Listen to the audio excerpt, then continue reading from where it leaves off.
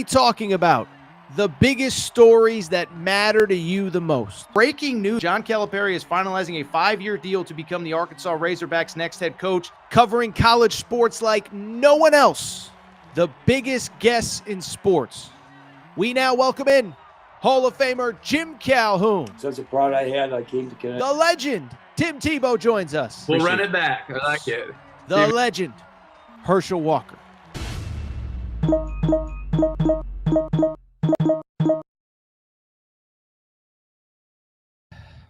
Welcome in, everybody. Little Sunday morning edition, Torres Sports Podcast. I'm your host, Torres. Hope everybody's doing well. Hope everybody's having a great day. All I'll say is this. Grab the seatbelt and buckle in. We might do about 4 hours of content here. There is so much to react to here on a busy Sunday off of a busy Saturday in the world of college football and a little bit of college basketball too. Maybe we'll get to by the end. This is mostly going to be a football show because we just had the best, most exciting Saturday of the season.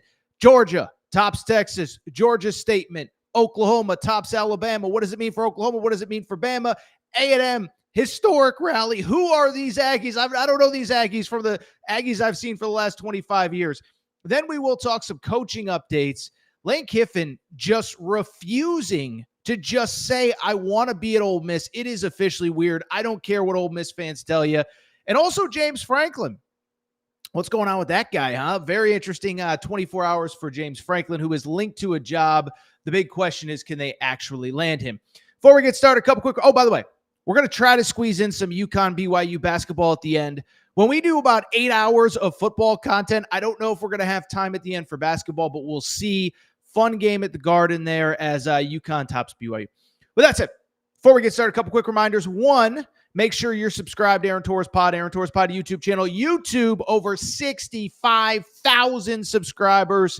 We can get to 70 before the start of the new year, right? Well, we can't do it without your support, so make sure you're subscribed. Also, subscribe on Apple and Spotify. Leave a 5-star rating and review. If you are in the chat, do your boy Torres a favor. We have linked to my Fox Sports Radio Saturday show. Just download the podcast. You don't even have to listen. Help me out, though. Makes me look good in front of the bosses. It's free. Just download it. Fox Sports Radio. I do the Saturday National Recap show where we talk about a lot of the same stuff we talk about here. Also, before we get started, you know what I got to do? I got to thank my friends. I got to thank the official ticketing partner of the Aaron Torres Pod. I got to thank SeatGeek. Okay, so it's that time of year. Listen, the college football, college basketball overlap is incredible, okay? And I'm guessing one of your teams is good. Maybe you're like a UConn fan and both your teams are good. Arizona's coming to town this week. Your football team has won 8 games. You want to go to some games. Maybe, you're Kentucky. The football team's improving. But the point I'm trying to make, you need tickets to games and you need to use America's #1 ticketing app, SeatGeek, in the SeatGeek app. Okay, so what I love about SeatGeek, every ticket on the app rated 1 through 10, 10 obviously being the best seat you can possibly get, and with a green dot or a red dot. Green dot basically means go ahead and you can purchase that one. Red dot maybe means stay away, okay? But what I really love about SeatGeek, they take care of listeners of the Aaron Torres Pod. You think I'm kidding? You're thinking wrong, and here's why. It is because listeners of the Aaron Torres Pod can get $20 off their first purchase, $20 off their first purchase when they use the SeatGeek app. All you got to do is download the SeatGeek app. Use promo code Torres to get $20 off your first purchase. I see Paul in the chat here on a Saturday morning. He went to an A&M game a few weeks ago. Use SeatGeek.com, promo code Torres, got $20 off. You can do the same. Paul, tell him how great it was, the experience at Kyle Field. SeatGeek.com, promo code Torres. SeatGeek.com, promo code Torres gets you $20 off your first purchase. SeatGeek.com, promo code Torres. With that said, woo, buddy, when I tell you it is a busy Saturday into Sunday. It's technically Sunday. We're talking about Saturday in the world of college football. There's no more time to waste. So let's go ahead and get to the topic of the day. Topic of the day, listen, it was Separation Saturday in the SEC. Say that 10 times fast, by the way. By the way, I must have drank way too much coffee. I am just all over the place to start this show. But it was Separation Saturday in college football. We could either start in Tuscaloosa, Alabama, or Athens, Georgia. And I do want to go ahead and start in Athens, Georgia, because I just think we got a statement game of all statement games. Georgia hosting Texas. We know what was at stake for Texas. We know they needed to probably win to keep their playoff hopes alive. And I think with Georgia, we're all sitting there saying, okay, Mississippi State was nice last week, but was that the best version of Georgia? Are we going to get the Georgia that kind of plays around with their food? They fall down early, trailed Texas, Tennessee, trailed Auburn, whatever. What is the real Georgia? Well, we found out what the real Georgia was on Saturday night because, listen, you can't quite call it a beatdown because it was a one-score game going into the fourth quarter, but Georgia wins. Georgia makes a statement. Final score 35-10. And I got to say, if you listen to Kirby Smart after this game, he believes in his team, and I believe that this team is peaking at the perfect time. And in a world where, Ohio State's rolling everybody, I got to say, I think Georgia's right in that short conversation of elite teams that could be holding that trophy at the end of the year. In terms of this game, we say it all the time, is that, listen, there are shows that I'm sure will take you to play behind the play. And in the third quarter, they drop the safety. No. That's not really what we do here. What we do here is talk big picture. And the big picture of this game is this. It was an interesting game because it was one of those deals where Georgia was really, in my opinion, in complete control, but the scoreboard didn't totally reflect it. As I just said, it was 14-10 going into the fourth quarter. But Georgia was getting after Arch Manning. Arch Manning, for all the criticism, he couldn't do anything because the O-line couldn't block from there was no run game. Texas's defense was keeping them in the game, but it was one of those weird games where it felt like Georgia was in complete control, but they couldn't quite put things away.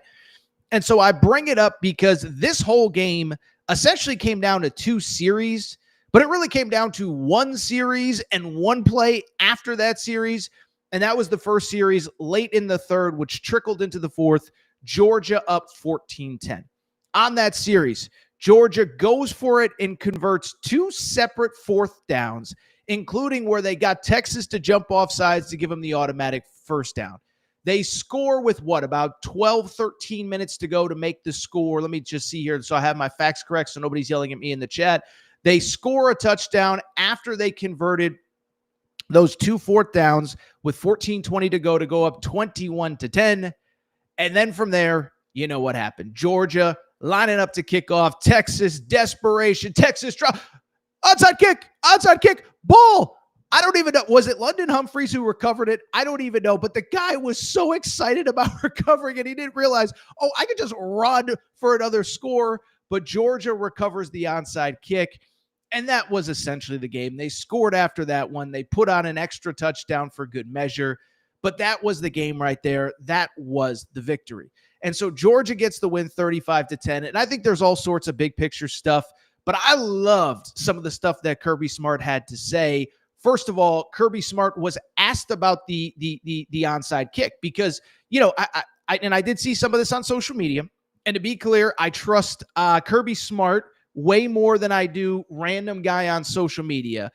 By the way, this light is just a monster. It's a terror. It's like Georgia on defense. I just never know when it's attacking and when it isn't. But anyway, Kirby Smart after the game was basically asked about hey, that was kind of a gutsy fourth down call. What went into the decision to go for it? And if it didn't work out, would you have had regrets about going for it? Well, Kirby Smart is asked about it, gives an incredible answer as to why he went for it on fourth down. Offense is like a big, strong anaconda just squeezing you. And you get squeezed and you finally catch a little air and then they're back trying to suffocate you. So it was a big momentum play, and it would have been, every one of y'all would have thought I was an idiot if it didn't work. So that's okay too. That's part of football. Great answer from Kirby Smart. We're an anaconda. And not only are we an anaconda, but, basically, I love the analogy, right? Is that basically, listen, first of all, I love the fact that he acknowledged, if we missed it, y'all would have thought I was an idiot, but we didn't miss it. So it doesn't matter. As I'm trying to figure out this light here, this is so annoying. We'll get it figured out by the end of the show. Okay. So really quick, with the anaconda reference from Kirby Smart, we're going to get this light fixed. Give me 1/2 second here.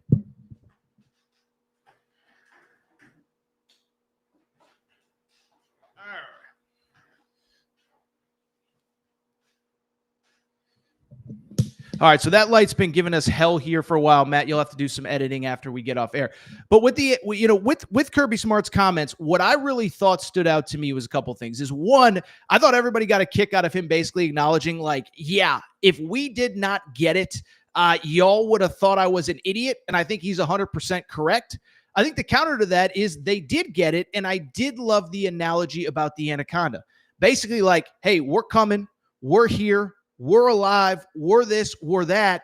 And oh, by the way, we're physical, we're tough, and we knew we had their foot on the throat, and we were going for the kill shot.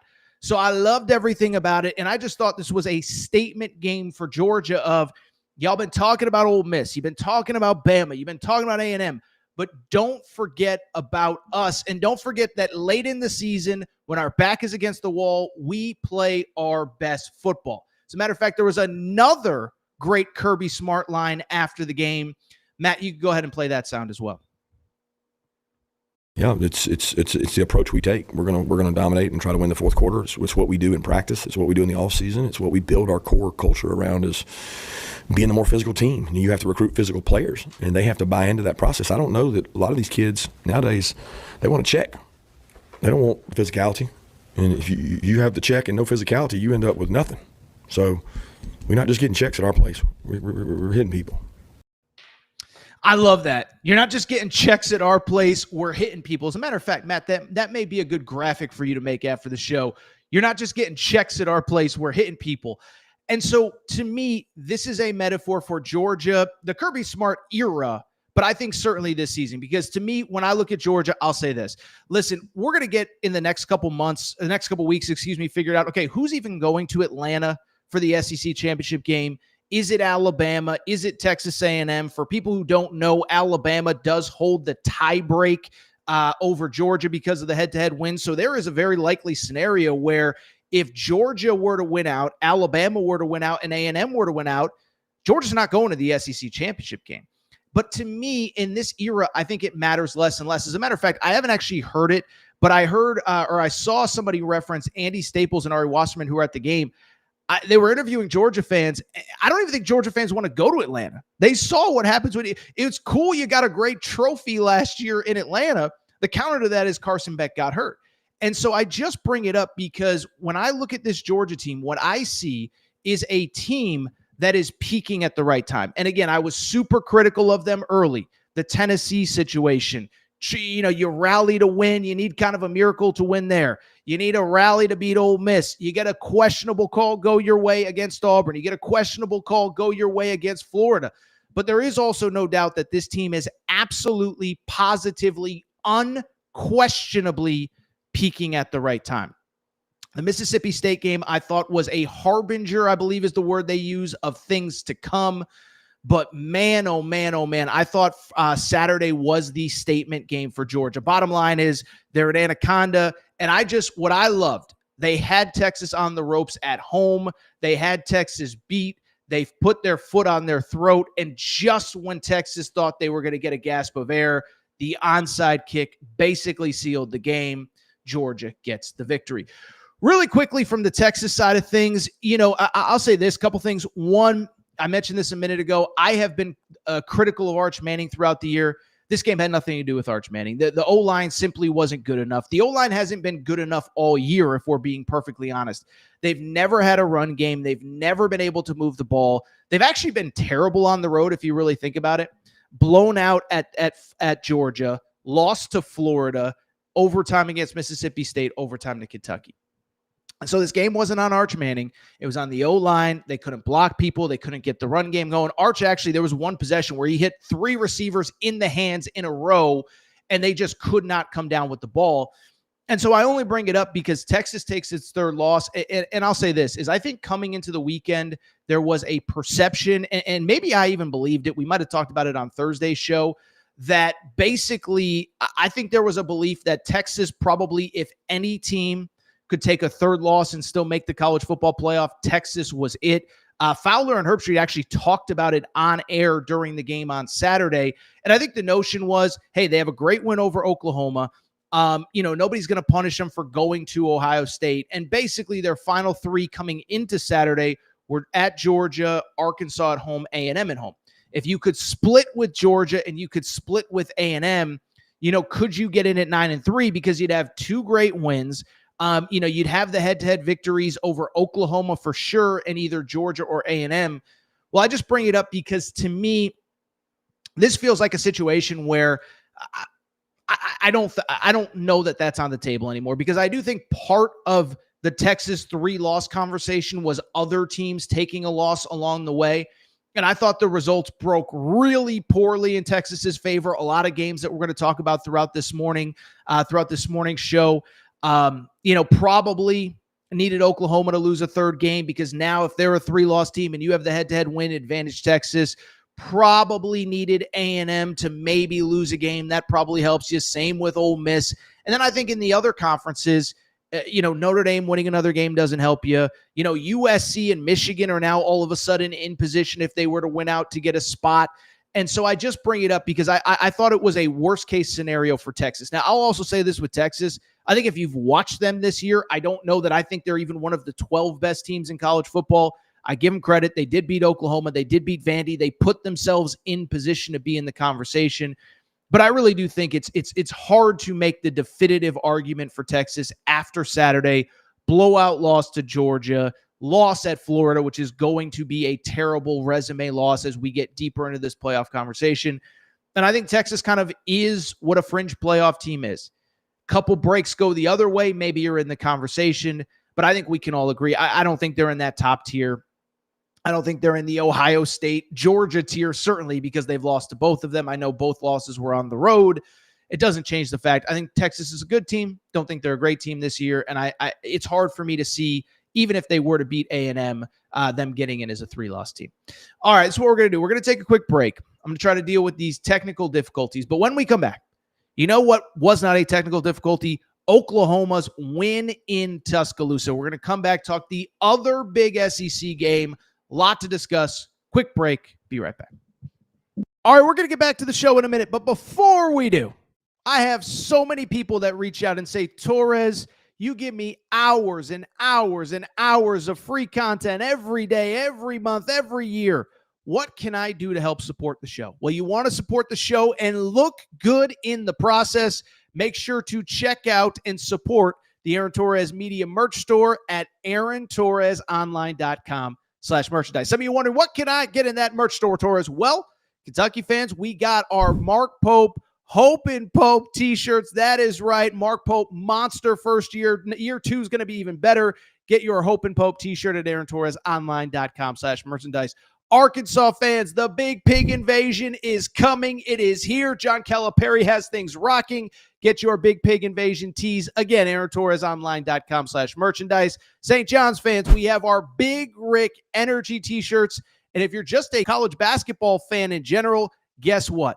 Your March is for Day Drinking shirt. That is the shirt that you need year-round, but especially for the next NCAA tournament. You can order yours now. By the way, football fans, we got you covered too. Nebraska fans, new era, new rules, the t-shirt that you need before the start of this coming season. And oh, by the way, if you're a Colorado fan, if you're just a Coach Prime fan, we have our Dion shirts and hats, more of them than we know what to do with. So to check out the full line of Aaron Torres Media merch and also support the show, good news is we're going to have even more for the fall. Check out the Aaron Torres Media merch store at aarontorresonline.com/merchandise.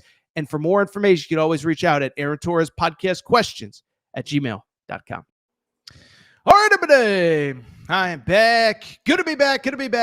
So I think it's safe to say this light above me is not coming back on, not during this show, but that's okay. I'd rather it, kind of be on and, be off officially than on, off, on, off, on, off. Anyway, hashtag production problems, hashtag let's keep moving on, hashtag let's talk Oklahoma, Alabama, hashtag first, let's talk about our friends, our hotel and casino partners. Let's talk about Circa Sportsbook. Okay, so listen, before we get to the rest of the college football weekend, here's the bottom line. It's the holidays coming up. You're getting ready to travel. You're going to get some time off of work. You're looking for places to hang out, lay low, watch some football, maybe throw down a responsible bet or two. Well, I'll tell you what, Best place in Vegas to do it is our hotel and casino partners, Circa Sportsbook and the Circa Casino. Okay, this is in Vegas. I was just there a few weeks ago. I'm going to be there next week as part of the Players Era College Basketball Tournament. And this is the best place in Vegas to watch games. Biggest sports book in the world, stadium swim outside, great hospitality. It is just, it's the Taj Mahal if you're a football fan, a basketball fan, and you need to throw down some bets. Here's the great part, though. If you live on the East Coast and you can't get to Vegas, guess what?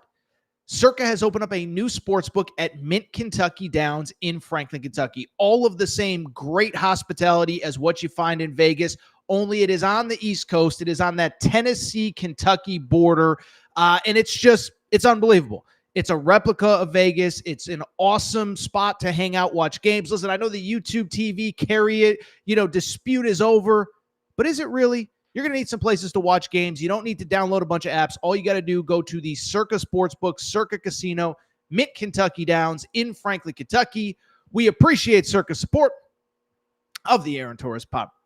With that said, I mentioned it a minute or two ago, but there were two super marquee college football games on Saturday. We talked about Texas, Georgia. I see there's a lot of chat about Texas, Georgia in the comment section.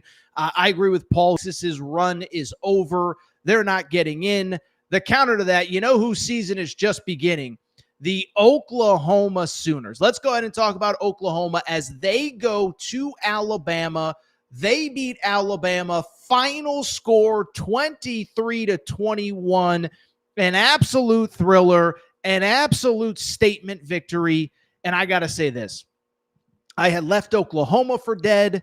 I think multiple times in his tenure, I had left Brent Venables for dead, but back-to-back wins on the road, great victory over Tennessee, great victory over Alabama. And I'll tell you what, Oklahoma is not only in the playoff picture, I think they are going to be in that 12-team bracket. Let's talk about them. And then, of course, we do have to talk about the Alabama side of things. As far as Oklahoma is concerned, and as far as this game is concerned, let me say this. I know a lot when we talk about basketball, we talk about a game being played on one team's terms or the other. UConn, BYU played on Saturday night in basketball. I thought UConn dictated terms early. I don't know that we talk about it as much in football unless it's like Iowa and every game is set, 10-7's the final score or 16-13 or whatever. But I do think this was a game that was played on Oklahoma's terms. By the way, not that much different than the Tennessee game a few weeks ago. We know they want to be physical. We know they want to be tough. And I'll even backtrack a half a second. Let's give credit to the general public because over the course of the week, I saw a lot of people talking about, is Oklahoma potentially an upset candidate at Alabama? And basically, the way that a lot of the public saw this game is the way that it went down. Oklahoma controlled the line of scrimmage. Alabama has been struggling to run the ball all year. And Oklahoma was the team that dictated how the game was going to play and was able to win the game, despite Oklahoma having almost 200 less yards of total offense than the Alabama Crimson Tide. Guess what? It does not matter. You know why? The only stat that matters is who has more points at the end on the scoreboard, and it was the Oklahoma Sooners. And so to me, this was a statement game for Oklahoma, and again, a game in which they dictated terms and a game in which it was clear that they made Alabama uncomfortable all afternoon long. Go back early in the game, Oklahoma dictating terms, pick six, touchdown. By the way, it's worth noting, as great as Oklahoma was, they did it without their best defensive player. Unbelievable. The pick six early, the muff punt from Ryan Williams late. And then, oh, by the way, one score game late, Alabama driving, the strip sack on Ty Simpson. It certainly didn't seal the game because Alabama had plenty of time left to get the victory. But at the end of the day, every time Oklahoma needed an answer, they got it. They mostly all came from the defense in terms of the answers. But a win is a win is a win. And we got to go ahead and give Oklahoma some credit. Thought to me, why Oklahoma won, they dictated the game. And I thought Brent Venables, to his credit, I thought he had some really cool stuff to say after the game. He was kind of asked about the team, the program. Listen, we don't have to get into the old coach versus the new coach kind of conversation, but he's been very vocal about, we had to rebuild this thing from the ground up. We had to do it with, other coaches call them OKGs, our kind of guys. But you look at, listen, Brent Venables had clearly never been a head coach before Oklahoma. But when he took the job, if you were envisioning what the team was going to look like, it was pretty much exactly what we saw on the field Saturday. And so I thought it was cool because after the game, Brent Venables basically confirmed exactly that. Matt, you could go ahead and play the sound. A lot of really tough guys that believe in themselves and each other, and certainly in how we do what we do. We try to put a lot of stress and pressure on them constantly as we develop our team. And at the end of the day, man, the guts and the will and the edge and the belief that comes from our players, and we try to create vision for them. I think it kind of starts with that, and then it's belief, and then you got to be willing to kick the door in and take the action that it requires, and be the one that kind of lines up, get nose to nose, and it's about competing to win, and everything has magnitude and everything matters. So our players have really bought into that, and they haven't flinched. When the fire is raging and things are looking a little desolate, man, they have responded several times this year, and they certainly have the last couple of weeks when it mattered the most. So just have a lot of respect for our players. I thought they put respect on, again, our brand again this week, and for this program, for this team, 131, and certainly in this conference. I thought they represent themselves in an incredible way. Matt, there's another quote graphic for you. When the fire is raging and things look desolate, they respond. Yeah, listen, how about this? How about any time in life? If somebody, talks about me like that, you're winning in life. Remember the old Charlie Sheen, winning? Well, you're winning if somebody describes you as, when the fires are burning and things are looking desolate, you respond. Like, I don't care if you had to change a tire on the side of a highway. I don't care if you had to, save somebody from a burning building and there are literally fires.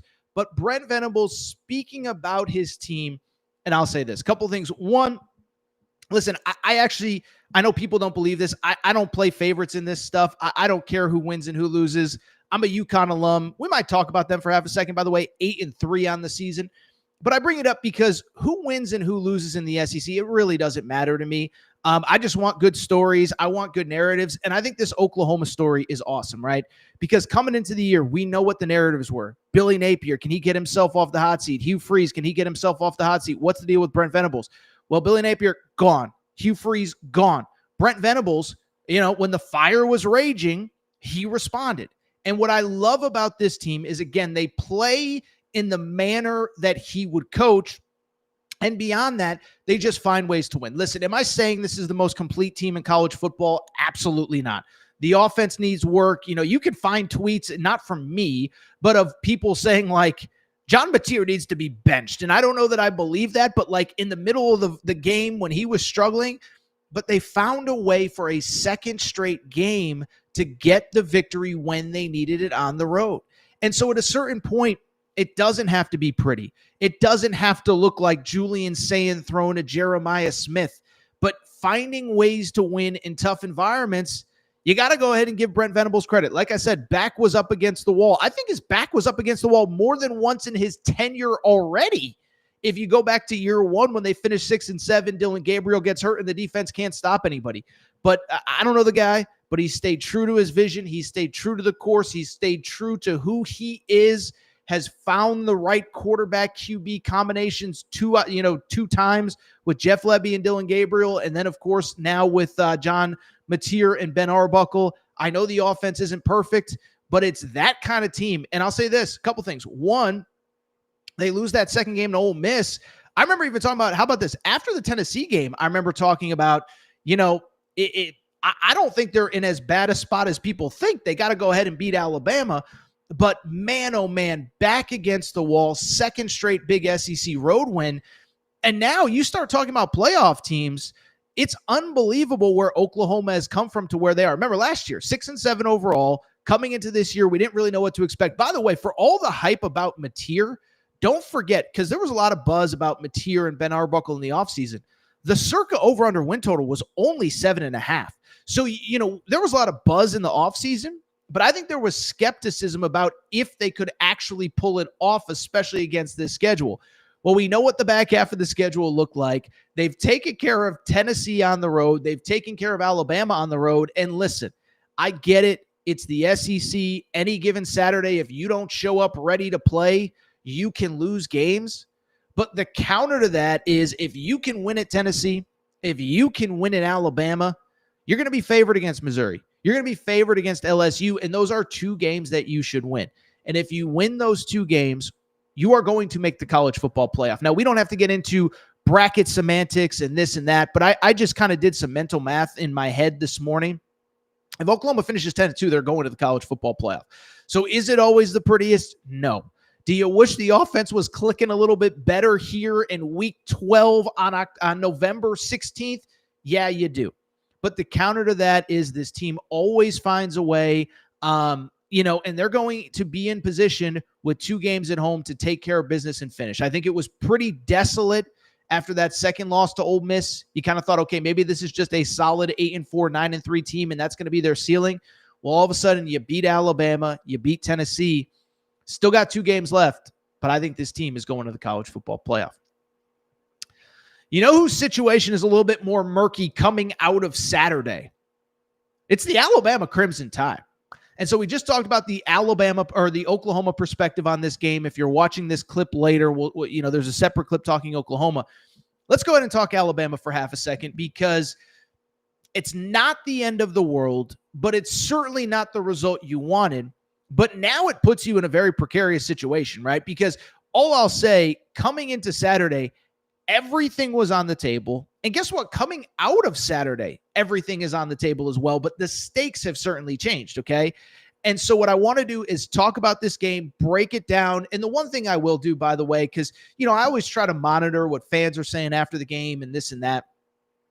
I am not going to do the Kalen DeBoer is in over his head and Kalen. No. Listen, it's a new era. It's a new world. Now, to be clear, I have been critical of Kalen DeBoer in the past. Go back to some of the stuff I said about Kalen DeBoer after the Florida State game. It wasn't pretty. But that was a different circumstance, a different moment in time where he was coming off of a 4th loss to an unranked opponent. And I did wonder at the time. I said, is this guy in over his head? Well, he's responded. They have the great win at Georgia, win over Tennessee at home, win over Vandy at home. This guy is a great coach. He knows what he's doing. He's the right fit for Alabama. So this isn't going to be a Nick Saban would, there's some of that stuff on social media. That's not what this is going to be. But what I will say, I do think it is indisputable that Oklahoma exposed some issues for Alabama. And now Alabama, all of a sudden, 10 games into the season, when they thought they were cruising to Atlanta for the SEC championship game, cruising to the college football playoff, all of a sudden, everything has changed instantaneously.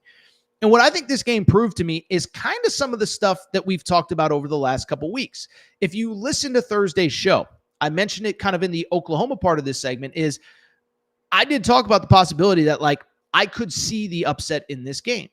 Listen, I love the Kalen DeBoer Alabama story, but I think we also have to acknowledge this team has not been playing very good football over the last couple weeks. Go back to last week. 20-6 was the final score against LSU. It was a game where it felt like Alabama had no juice on offense. That's not a knock. It's just a reality. It doesn't mean Ty Simpson's a bad person. Ryan Grubb's a bad play caller. It just means there was no juice. It just so happened that LSU's offense is so inept, it did not end up mattering. And so I bring it up. They didn't play well against LSU. They got outgained against Tennessee the week before that. It was 2 weeks before there was a bye in between. And even the second half of Missouri, that game, they were up big and Missouri rallied and made it an interesting game.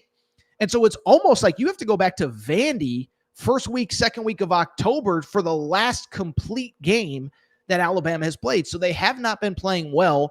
Oklahoma, in my opinion, was basically the worst possible team you could play at the worst possible time, because the things they do well were going to expose the things that are issues. And now those things that were sort of issues, but you kind of sit there and say, well, we're figuring it out. We're going to patchwork it together. No. Y'all got issues, and we got to figure out if you can get them fixed in time to salvage this season. Because listen, I'm not saying it's, national championship or bust or whatever, But you were in position as of Saturday to make the college football playoff. You still are, but there's no guarantee. As far as what's wrong, I think the biggest thing, it's something we've been talking about, frankly, since the Florida State game, and it hasn't really changed. They can't run the football. It's crazy. I was looking this up. Alabama coming out of Saturday, so these stats are officially of Sunday.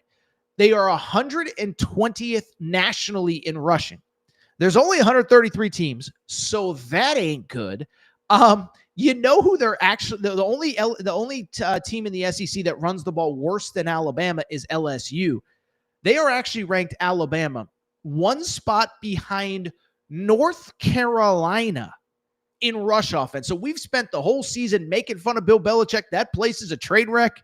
By technical definition, they're running the football better than Alabama. Now, listen, I'm not smart enough to know what's wrong. I'm not an O-line expert. If you want the X's and O's, I'm sure my buddy Cole Kubelik, Jeff Schwartz, somebody can break it down better than I can. I don't know what's wrong. I just know this has been an issue, frankly, dating back to Nick Saban's last year. This has been a 3-4 year issue, and I don't know if it's the players they recruited, the scheme they're trying to run. They really haven't had a run game for like the last 3 seasons. Now, statistically, they weren't as bad because in previous years they had Jalen Milroe, and Jalen Milroe covered up some stuff. But it doesn't change the fact that they have not been able to run the football at all, and this has been a pressing issue that they've been able to survive to this point in the season. I would also add this. Listen, 2-3 weeks ago, you can find it. I was the biggest Ty Simpson advocate there was. Love Ty Simpson, Heisman Trophy. I'd take him number 1 overall in the NFL draft. Well, I do think what we see with Ty Simpson, and it's not a knock on him because it's no different than any other quarterback, when he doesn't have a run game, it puts all the pressure on him, and he looks kind of pretty pedestrian, right? Not a knock on him. It's just a reality. I said the same thing about Arch. You can't blame Arch for the loss on Saturday to Georgia because Arch had no run game at all. Well, the same is true with Ty Simpson, but the counter to that is that Ty Simpson, he's just not physically gifted enough to elevate his team when other things are going wrong. There are quarterbacks in college football that can do it. I can't think of anybody off the top of my head. Maybe Fernando Mendoza is the answer. There aren't many. Maybe it's Julian saying he obviously hasn't been tested much this season. But there are guys, like I think when Bryce Underwood clicks, he'll be able to elevate everyone around him when things aren't going well. The problem is Ty Simpson is not that guy.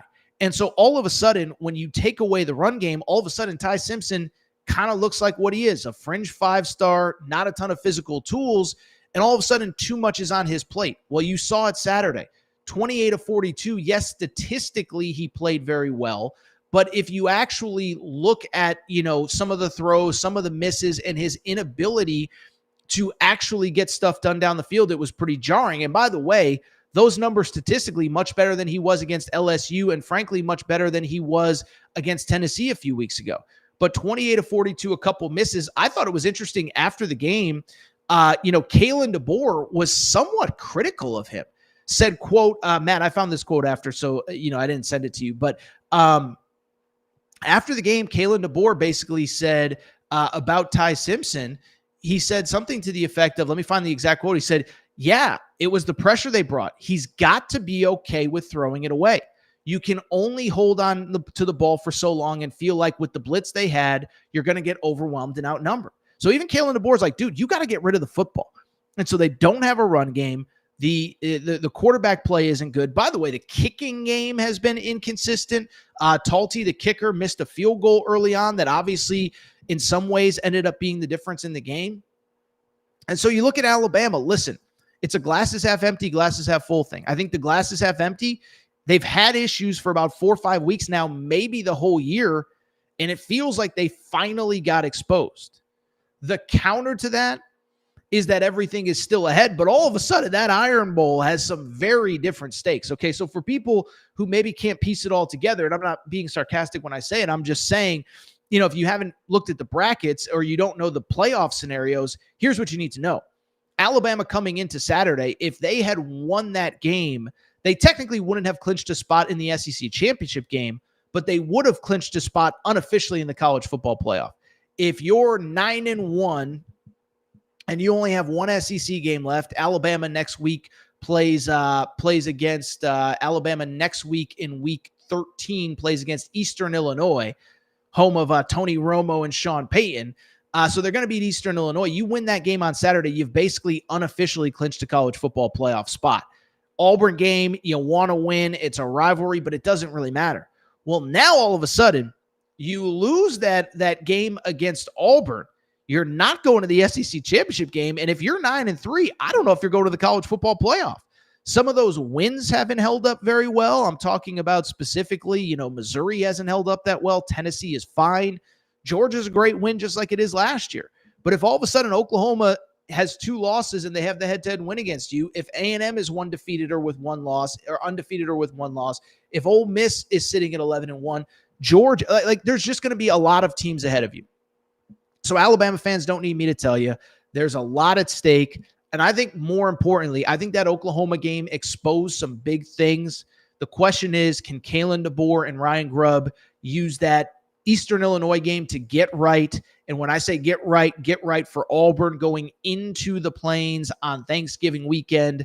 That game all of a sudden has much different stakes. It feels like a win and you're in the college football playoff. Lose and might be a sweat straight through Selection Sunday. All right, this is what we're going to do. We're going to take a quick break. We're going to come back, and we are going to wrap with a lot more college football. A&M, historic comeback. James Franklin, comeback of his own. What's going on there? Virginia Tech, is it a done deal? And we'll wrap Lane Kiffin. Why won't my guy just commit to Ole Miss? Lot to discuss still. Quick break. Be right back. All right, we're going to get back to the show in a minute, but before we do, you know what we got to do. We got to thank our friends. We got to thank our partners. We got to go ahead and thank Cauley Puffs and CauleyPuffs.com. Yeah, you see the logo on the back of the screen right here. Okay, so I've told you all about Cauley Puffs, but family-owned company, not far from where I live. Joey, a huge sports fan. And one day he was sitting on the couch and he said, you know what?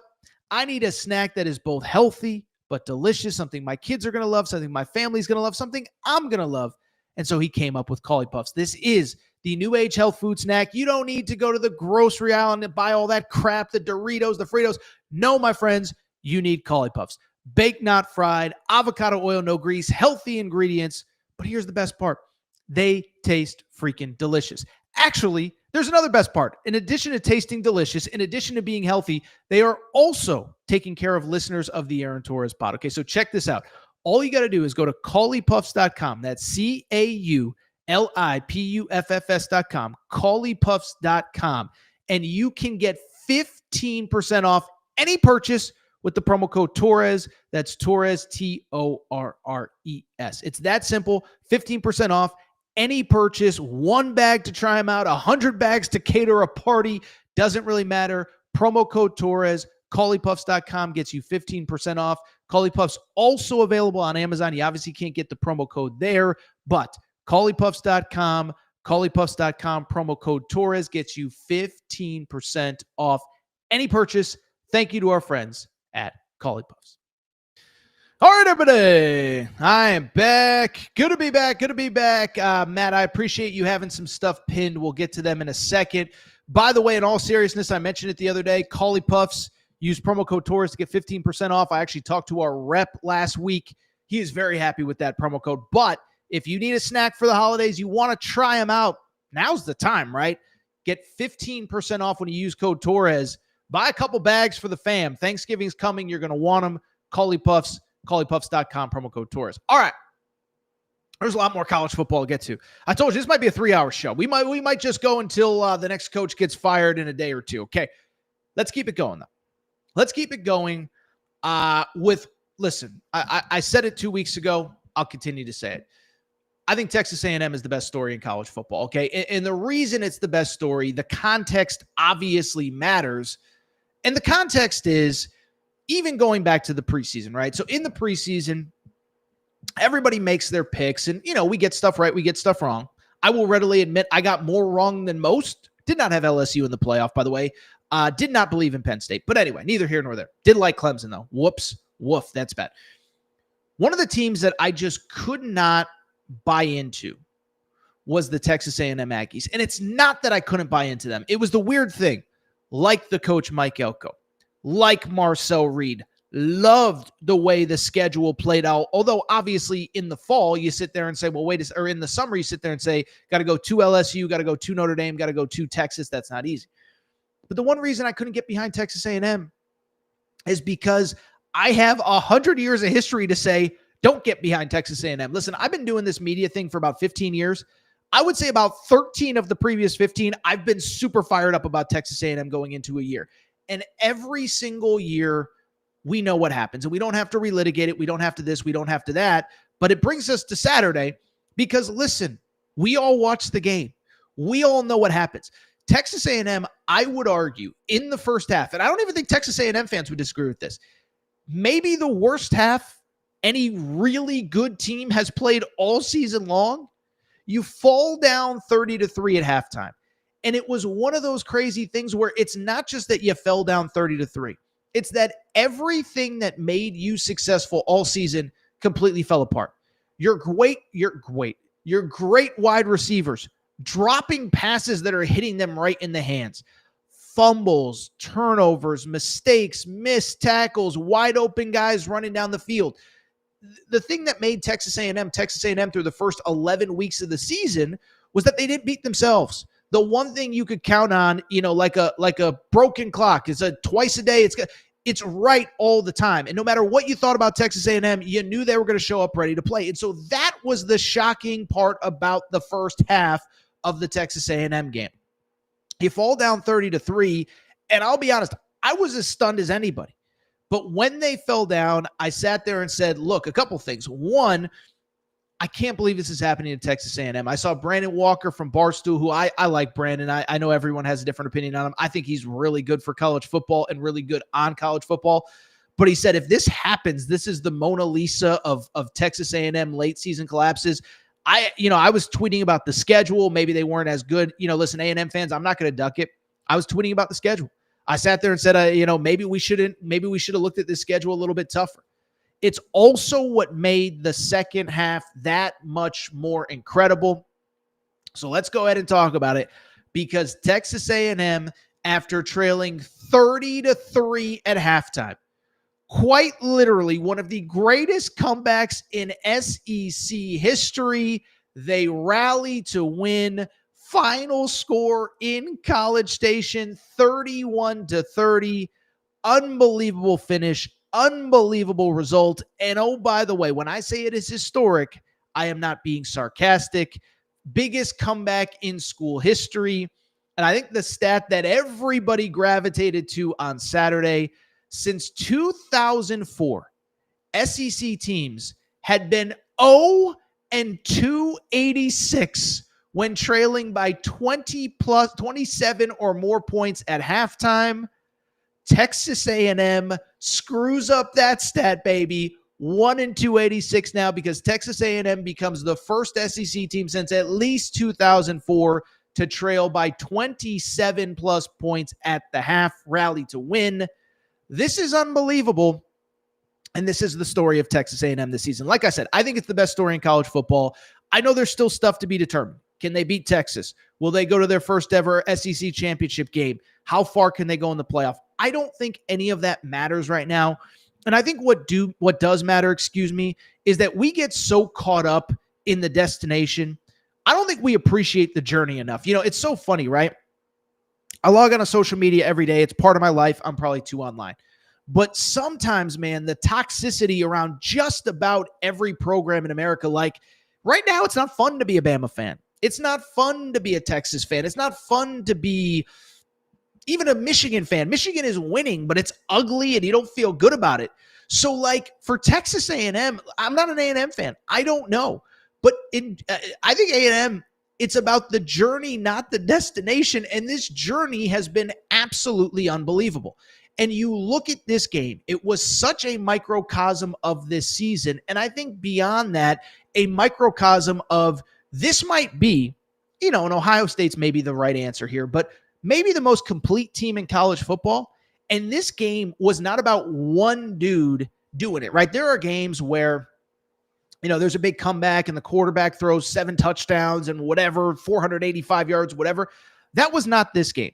This was a complete team effort. And I know everyone's going to focus on the offense.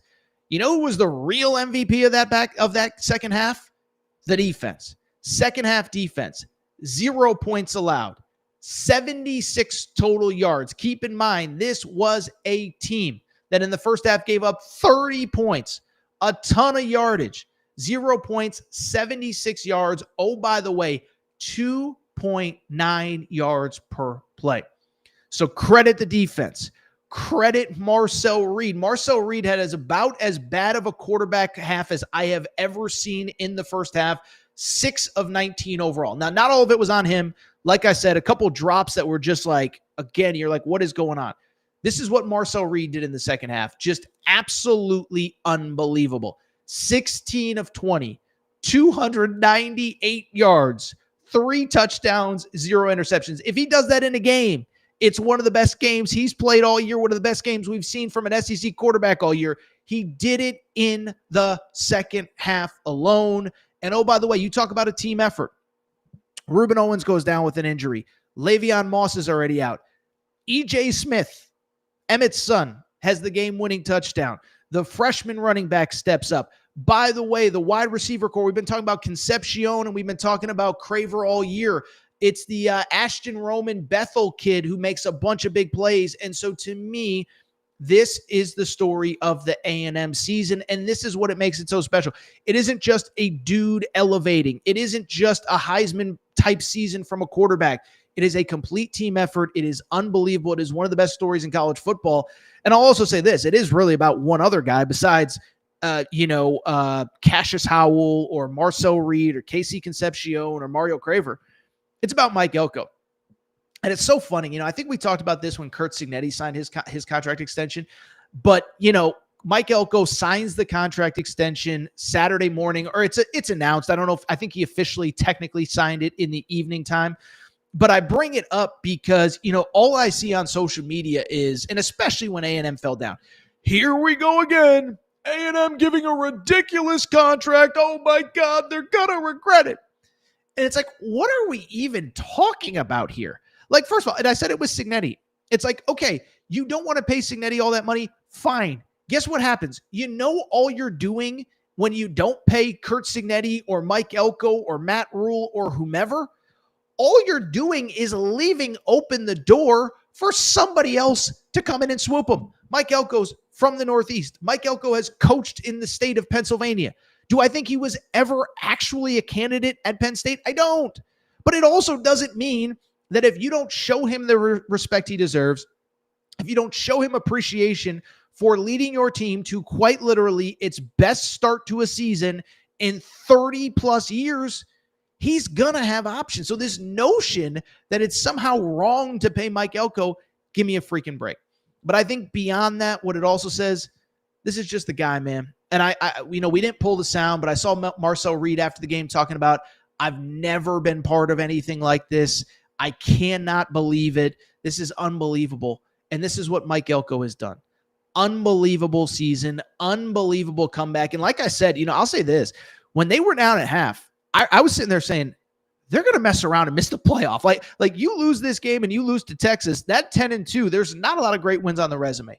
They rally to win. That's who this team is. That's who they've been all season long. And I cannot wait to see what this journey brings Texas A&M, because the journey is sometimes better than the destination. This journey has been unbelievable for the Aggies, who get the victory at home in College Station. Couple other announcements. One, if you're an Aggie fan, follow our Torres on Texas A&M page for late-breaking Texas A&M news. Torres on Texas A&M. Oh, by the way, texting my buddy Tommy Moffitt, the legendary strength and conditioning coach. Probably, if you're talking about pecking order of most important people in that program, Mike Elko's got to be number one. Tommy Moffitt probably number two. Tommy Moffitt may be joining the Aaron Torres pod later this week, so stay tuned. I love Coach Moffitt. Mentioned it the other day, but got to know him during his time between jobs, LSU and A&M. He may be joining the show later this week.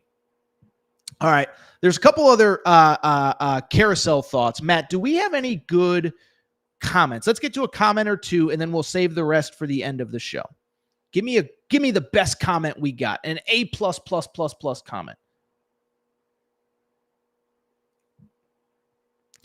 Bama goofed up their chances at the CFP. Auburn will be a tough game and not a guaranteed win. Listen, I agree with you 100%. I certainly don't think it's a guaranteed win in any way, shape, or form. Yeah, they did screw it up, man. And you know, the other thing too, and we didn't really talk about it. Listen, I'm not saying I know more than Kalen DeBoer. I don't. I'm not saying I know more than Ryan Grubb. I don't. But, you know, it was interesting, the clock situation. They get the ball back with whatever, 6, 7, 8 minutes to go.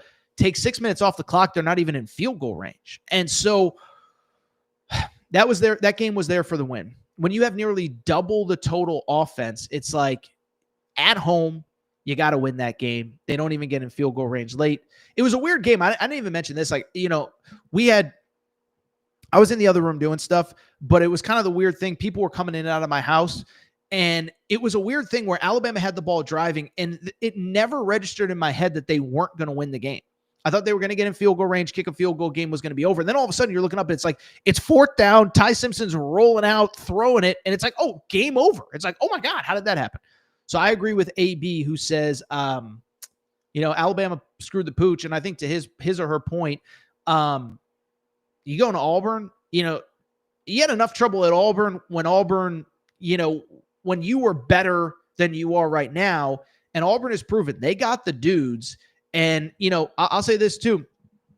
That's basically their Super Bowl. Can knock Alabama out of the playoff. You get bowl eligible. Those guys love DJ Durkin. That's going to be the result that gets them their job.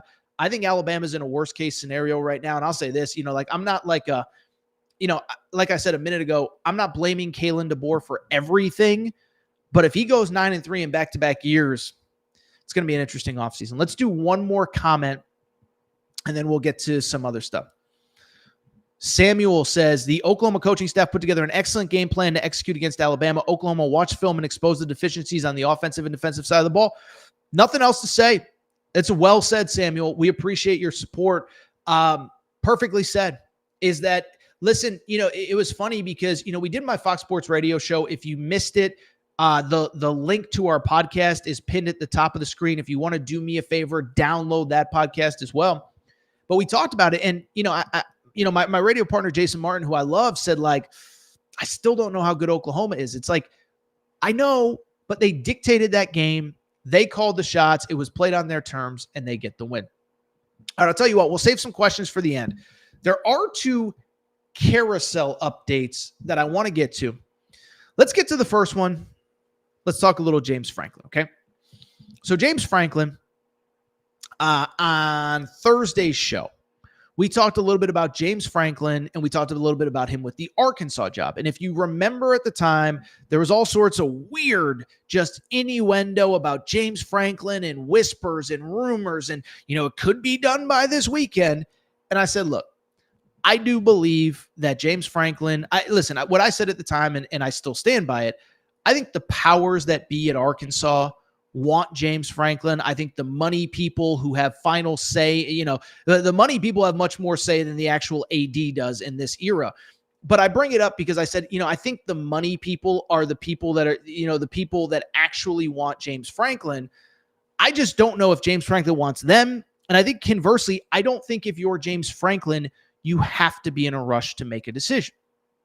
Well, I bring it up to very simply say this.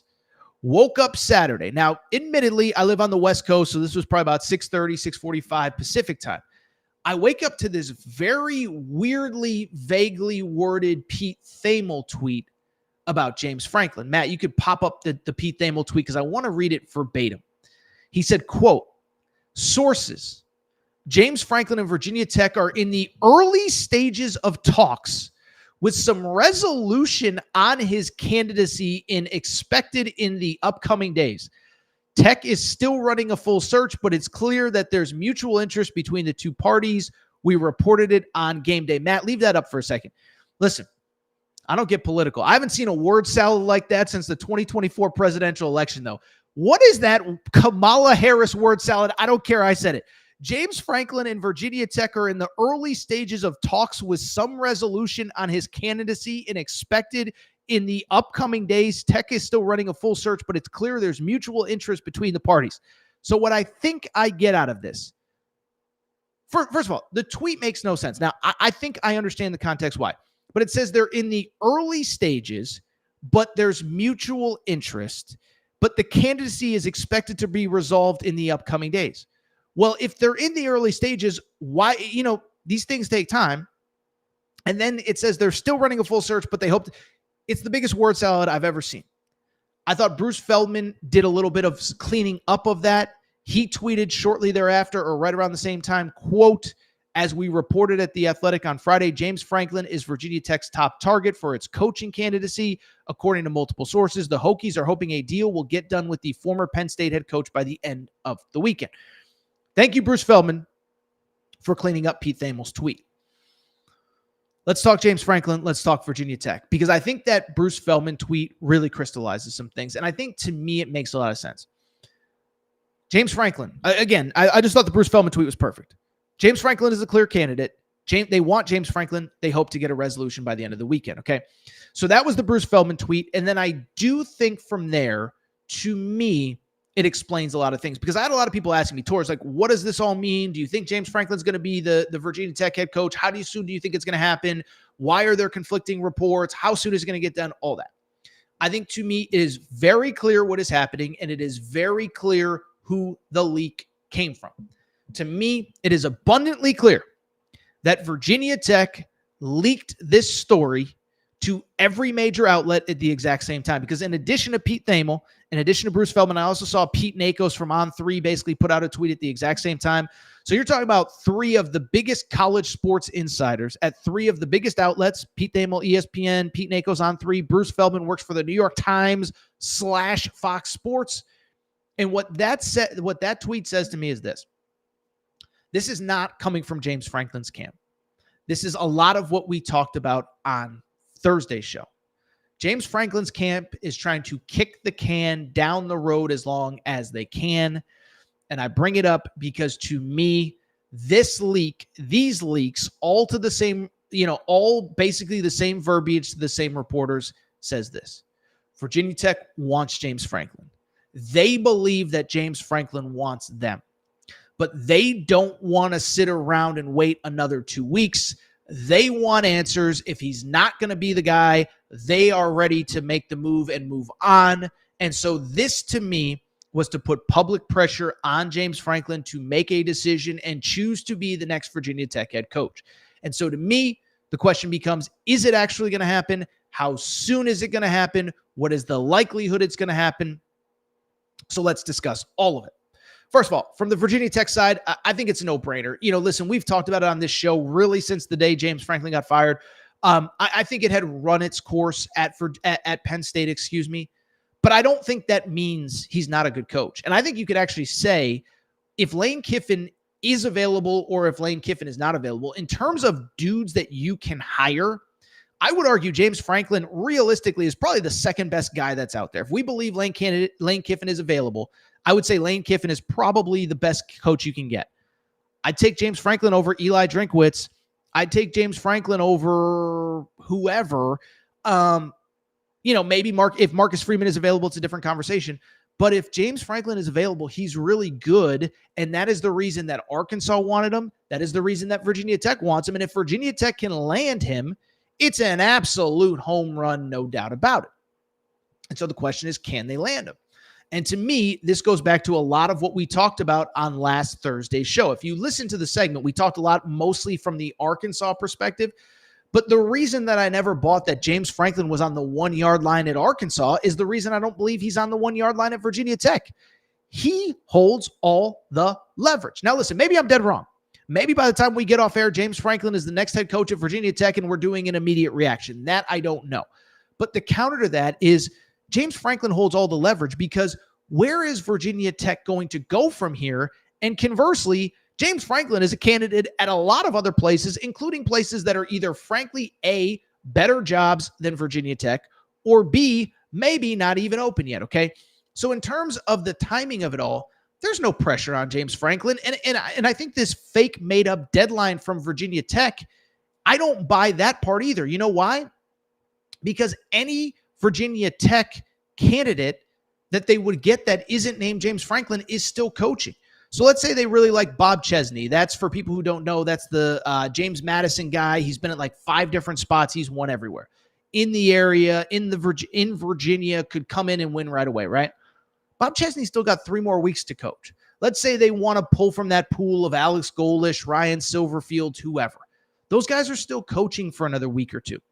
And so if James Franklin gives them a no or gives them a I'm going to wait, it's not like that they can just hire a guy tomorrow. So I don't understand this artificial fake deadline that they're trying to give him. Now they're trying to press him to give him an answer because they want to lock up James Franklin. Now, conversely with James Franklin, I think he's in complete control here. And I said it with Arkansas the other day, is that to me, when I look at James Franklin, again, for all of the criticism, I would argue second best candidate available. And I would argue he is a candidate for quite literally all but 2 jobs on the market right now. 1, I think it's safe to say he's not going to be Penn State's next head coach. And then 2, I would also say that I think, in my opinion, he's not a candidate at wherever Lane Kiffin lands. So if Florida has a chance to get Lane Kiffin, James Franklin's not a candidate there. But what happens if Florida doesn't get Lane Kiffin? I think he becomes a candidate. What if Auburn really likes John Summerall, but John Summerall's coaching in the American Championship game and they go to the college football playoff? Maybe they don't want to wait. James Franklin becomes a candidate at Auburn. What I actually think, the job that I actually think he wants and covets is Florida State. Ironically, Florida State gets the win over Virginia Tech to improve to what, 6-5 or 5-5, excuse me, this year. And I guess in some ways it helps Mike Norvell. I don't really know that it does, to be perfectly honest, because to me, I still think Mike Norvell's out at the end of the year. I don't think Mike Norvell's done enough. And listen, I don't think Mike Norvell's a bad dude, but I think the counter to that is, has he really done enough to prove that he should be your guy long-term? I really don't know the answer to that question. He had the great year in 2023 where everything aligned for him. The ACC wasn't very good. The COVID, year, it was kind of the early onset of NIL. They used a lot of their NIL money to retain players, and they were really the first one to really go all into the portal. Well, guess what? Now everybody's using the portal. I don't think they're going to be able to flip a roster and get 8, 10, 12, really good players out of the portal every year. And if you can't do that, I don't know that he has a blueprint to succeed at Florida State. He hasn't recruited the high school ranks well. He hasn't developed well other than guys that he brought in who were already developed somewhere else. And so I don't think Mike Norvell's the answer long term. And I actually think that's the job that James Franklin is waiting for. He's waiting to see, hey, if Mike Norvell goes 7-5, are they keeping him? If Mike Norvell goes 6-6, are they firing him? If Mike Norvell goes 7-5, are they still firing him after the season? And so, listen, like I said, I understand from Virginia Tech's perspective why they would be pushing James Franklin. I just don't know that James Franklin has to be in a rush. Now, listen, if he just wants to get to campus, start recruiting, start putting together a staff, albeit, but again, the counter to that is, can you get a better job? And it's not a knock on Virginia Tech, but I think even Virginia Tech fans would say, Florida State's a better job. Florida's a better job. Auburn's a better job.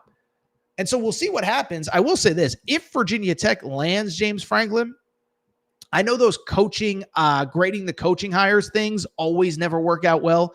All the hires that you think are going to be awesome never are. That's about as home run of a home run as Virginia Tech could get. You have a great coach who has won at a high level. I said this on my Fox Sports show the other night, is that basically if the argument against James Franklin is he doesn't beat the elite teams and the ceiling with him is 10-2, here's the good news. There are no elite teams in the ACC. Advantage James Franklin. And oh, by the way, if the problem for James Franklin becomes he can only be 10-2 at Virginia Tech, I think it's safe to say that fan base would take it. So you would get James Franklin. I think the other X factor too, you get a motivated James Franklin after being fired. This isn't Brian Kelly that's just looking to cash a big check on the way out.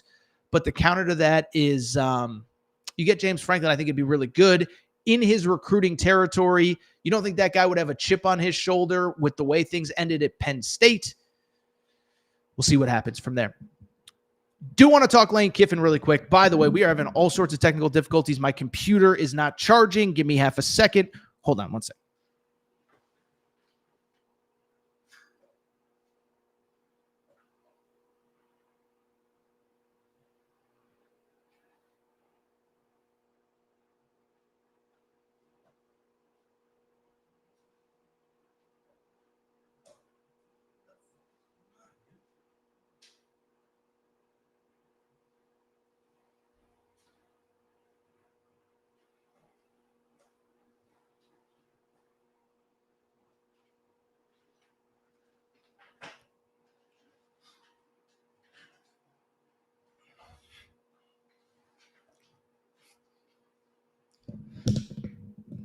All right, people, I'll tell you what, we better wrap this Lane Kiffin segment because I don't know how much charge my computer has left.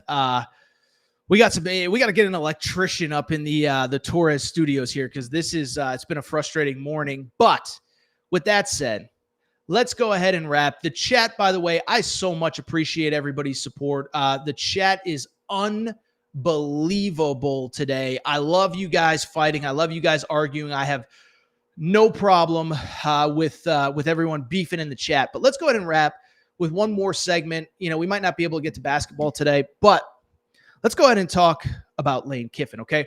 So Lane Kiffin and Ole Miss play Florida on Saturday. And I think we all kind of know what was at stake.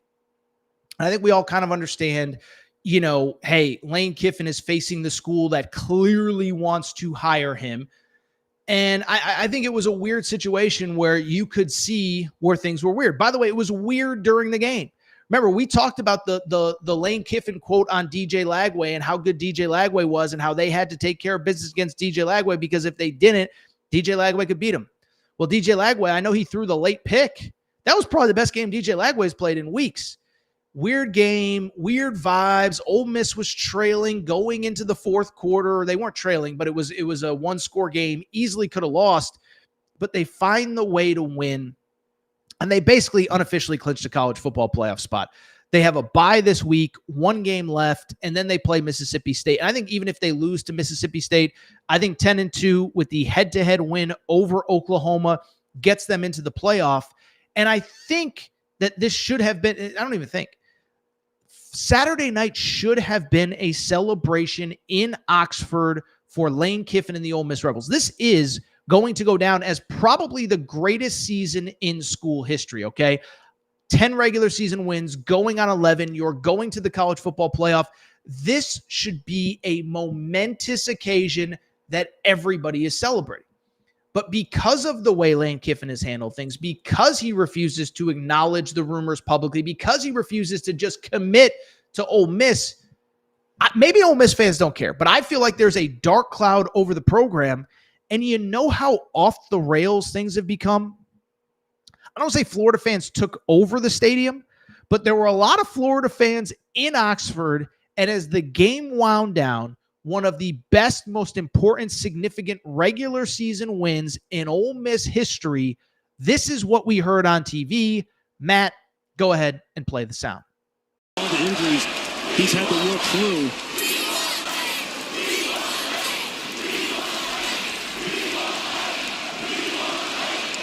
Well, what are they counting down there? I think it's a "We Want Lane" chant. We know they want Lane. So does Florida. I know the screenshot, if you're watching on YouTube, shows Ole Miss fans. That was Florida fans in Ole Miss's stadium chanting that. And by the way, even if Ole Miss fans got involved, the fact that Florida fans were there and some of them were chanting it shows how far this thing has gotten off the rails. And so I bring it up because Lane Kiffin has had multiple chances, multiple times, multiple opportunities to say, I love Ole Miss, I'm staying here. He hasn't, and I think it's created a dark cloud over this program to the point that, as we discussed on the last show on Thursday, or maybe it was Tuesday's show, now every press conference that he has, it is solely about what's your next step? Are you going to Florida? He's being asked about Florida directly.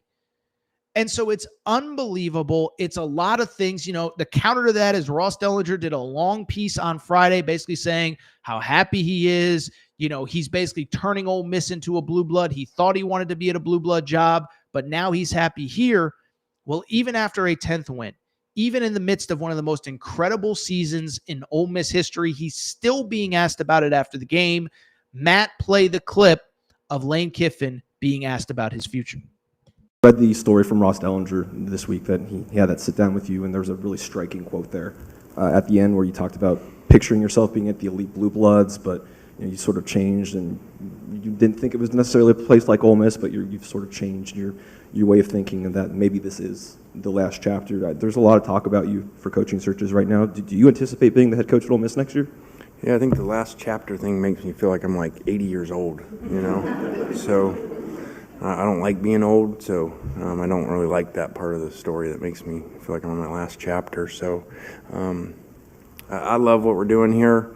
Today was awesome, and I don't talk about that stuff. And really, to even talk about it right now would be so disrespectful to our players and how well they played today. So, you know, we got a lot of things going here, doing really well, and I love it here. So. Listen, on the one hand, I do understand the whole to even talk about it would be disrespectful to the players. You know what wouldn't be disrespectful to the players? Just saying, I'm staying. And so I'll say this. Again, maybe Ole Miss fans don't care because Ole Miss fans are adamant like he does this every year. It's not a big deal. He doesn't talk about contracts. And maybe Ole Miss doesn't care. Maybe Ole Miss fans don't care, okay? But to me, I was thinking about this, and I tried to tweet it out, but I didn't have time this morning.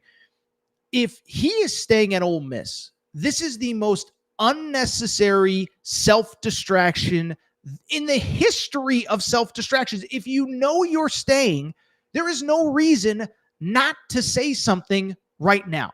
I understand how contract negotiations work. I understand how leverage works. I understand how if he wants to stay, then you don't want to put it out there because you want to use leverage to get what you want from Ole Miss. Here's my thing. There is nothing that Ole Miss is not going to give him if he wants to stay at Ole Miss. Like if it's salary pool, if it's NIL money, if it's salary for him, whatever he wants, he is going to stay. And he's going to get it. And so don't give me he's trying to create leverage. Don't give me, all this other stuff because you can let it be known that you're staying even if you're in the midst of contract negotiations. I keep saying it. But how many times has Dan Lanning been asked about his future? How many times has Dan Lanning said, listen, I'm not going anywhere. I'm the coach at Oregon. I love it here. My family loves it here. Don't put my name in any coaching search. I'm not going anywhere. And guess what? He still gets a raise at the end of every year, and he still gets everything that he wants. And so this notion that somehow, some way, Lane Kiffin is using this as leverage, I just don't buy it. And so to me, I was actually thinking about this.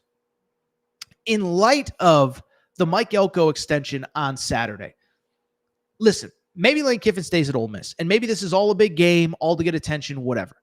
The counter to that is what I would say, and what I did say after Mike Elko was announced that his extension was coming. Matt, you could pop up that tweet. So Mike Elko signed an extension on Saturday, and this is what I said. I said, I know the media has tried to convince you, quote, in this era, Ole Miss is as good of a job as Florida. If that's true, why have Mike Elko, Curt Cignetti, Matt Rule, Jeff Brom all agreed to contract extensions, but not Lane Kiffin? Kiffin is keeping his options open, apparently for a reason. I stand by that. Is that, listen, I don't think anybody really every Florida fan is convinced he's already agreed to become the next head coach. I don't know if that's true. I don't know if it's not true. What I do know is this, is that if he was not going to Florida, he has had a million chances to let the world know that he is staying at Ole Miss. And conversely, every day that goes by that he doesn't sign an extension, it feels more and more likely to me that he's leaving. And by the way, maybe he signs the extension during the bye week. I don't know. Maybe he signs it 2 minutes after we get off air here, and this is all null and void. But the counter to that, to me, is that how come everybody says, "Oh, I wait till the end of the season"? Why? If you know it's where you want to be, sign the extension. Matt Rule signed the extension. Curt Cignetti signed an extension. Curt Cignetti didn't want to go anywhere. He said, "I want to retire at Indiana. Put the terms in front of me. I'll sign the piece of paper." Mike Elko doesn't want to go anywhere. Put the terms in front of me. I'll sign the piece of paper. And guess what? That's exactly what has happened in all of those places except for Ole Miss. And so maybe it means nothing. But to me, it just feels very obvious that he is keeping his options open for a reason. Maybe he's already agreed to go to Florida. Maybe he's curious about LSU. But I don't think it's because he's not getting what he wants from Ole Miss. Remember, Keith Carter, the Ole Miss AD, came out publicly and said we're actively, engaged with him in contract negotiations. So it's crazy. And like I said, it hasn't impacted the season so far. Maybe it doesn't. They're going to go to the college football playoff. But I'll be honest, I'd be pissed if I was an Ole Miss fan. This is supposed to be this incredible moment of celebration. And instead, it's one of those deals where you're just sitting there on pins and needles wondering if he's going to be back. I'd be pissed if I was an Ole Miss fan. Maybe they're not. I would be. All right. We got all sorts of technical difficulties in the Torres compound today. So we'll get out of here on a couple quick things. 1, 2 football things. I think it's at least worth acknowledging USC. USC beats Iowa in the rain in LA. I think the final score is 26-21, something like that. Final score isn't important. And ultimately, none of it matters if USC loses to Oregon next week. But I do think we need to take half a second and give Lincoln Riley a little bit of credit, right? Because my stance on Lincoln Riley is this, is I do think that, in my opinion, with Lincoln Riley, I understand why Oklahoma fans hate him, and I understand why people kind of think whatever. But if we're going to criticize Lincoln Riley for everything, we also have to give him credit that he's kind of turned things around. I think more important than just turn things around, they're winning playing quote-unquote Big Ten football. In the rain against Iowa, they beat them up at the line of scrimmage. By the way, no different than in cold, crappy weather at Nebraska. Beat up Nebraska. Cold, crappy weather. I know Raiola got hurt in that game. Doesn't change the fact they won at Nebraska. And, oh, by the way, on top of that, they also have taken care of business, beat up Michigan along the line of scrimmage. I know it was in LA. The weather was great. They beat the crap out of Michigan along the line of scrimmage. So I'm not ready to crown USC anything. They go to Oregon this weekend. And if they lose that game, they're a nice 9-3 team that's not really a college football playoff contender. But I just think it's worth acknowledging. And I just think it's if we're going to crap on Lincoln Riley every time something goes bad, we probably have to give him credit. 8-2. Again, they don't build statues for beating Iowa. But, this was supposed to be the game. Iowa, Big Ten football. We'll show you what it's all about. Yeah, USC beat the crap out of them. By the way, I had Illinois fans chirping at me. What about our game? USC led in the final minute. You won. Congratulations. USC easily could have won that game. Do you think there's an interesting 2-loss scenario at the top? Notre Dame's beating USC. Miami's beating Notre Dame. USC's beating Michigan. There's just a big jumbled mess. We'll worry about playoff scenarios if USC beats Oregon. And, oh, by the way, if Michigan beats Ohio State, never forget, Michigan is sitting at 8-2 right now as well. But credit to USC for getting the win. Really quickly, last thought on college football. Just want to give a quick shout out. My alma mater, UConn, beat Air Force to go to 8-3. I know they play an independent schedule. I know they don't play in the SEC. If I told you what their NIL budget was, I'm not even going to go there. What I am saying is Jim Mora is doing more with less resources than anybody in college football, okay? An independent patchwork schedule. Remember, last week they beat Duke, who at the time was atop the ACC standings. They're 8-3. All 3 of their losses in overtime. They're pulling the Les Miles. We haven't lost in regulation yet this season, but they get the win. They're going for the first 10-win season since they joined the FBS over 20 years ago. They close 2 weeks from now at Florida Atlantic, plus they have a bowl game. Just want to give the UConn Huskies a shout out. By the way, if I had battery on my freaking computer, I'd spend 5 minutes talking the UConn BYU game. I thought it was an awesome game. I'm really bummed that my computer's all screwed up. Not my computer, but my battery's all screwed up. UConn gets the win. UConn was my preseason national championship pick. I thought both teams, all things considered, were pretty awesome. BYU, Kebaketa gets knocked out early, BYU is able to come back. The Kennard Davis stuff we'll talk about as it unfolds. I don't think it's quite the way that the reports maybe indicate that it might be. But UConn, by the way, beats BYU. No Braylon Mullins, their best NBA draft prospect. And also on top of it, let's not forget Solo Ball, the All Big East first team preseason guy, 2 of 6 from the field. So you beat a top 10 team when your best player goes 2 of 6 from the field. Your best NBA draft prospect is not playing. I wish I could keep going. I got to go ahead and get out of here, though. If you're not subscribed to the Aaron Torres pod, please make sure to do so. Apple, Spotify, Amazon Music, Google Music, wherever you listen to podcasts, please make sure to do so. By the way, Kyle putting out some negative juju out there, says Jim Mora's coming back to Seattle when Jed Fish leaves. I hate to say it. I don't think you're wrong on that one. Jed Fish is being linked to UCLA. Jed Fish is kind of pulling a West Coast Lane Kiffin, being non-committal about his future. And I hate to say it, I think Jim Mora would be a very logical backup. Darren out in Australia says, another great show, AT. Catch you sports fans next time. Thank you, guys. Appreciate your support. Paul suggests Sydney Sweeney as the new coach at Florida. Tell you what, man, would certainly create some headlines. But I'll tell you what, I got to get out of here. Paul says, thanks for the great show. Luke says, thanks, AT. I'm going to roll. Shout out to Torrent Craig.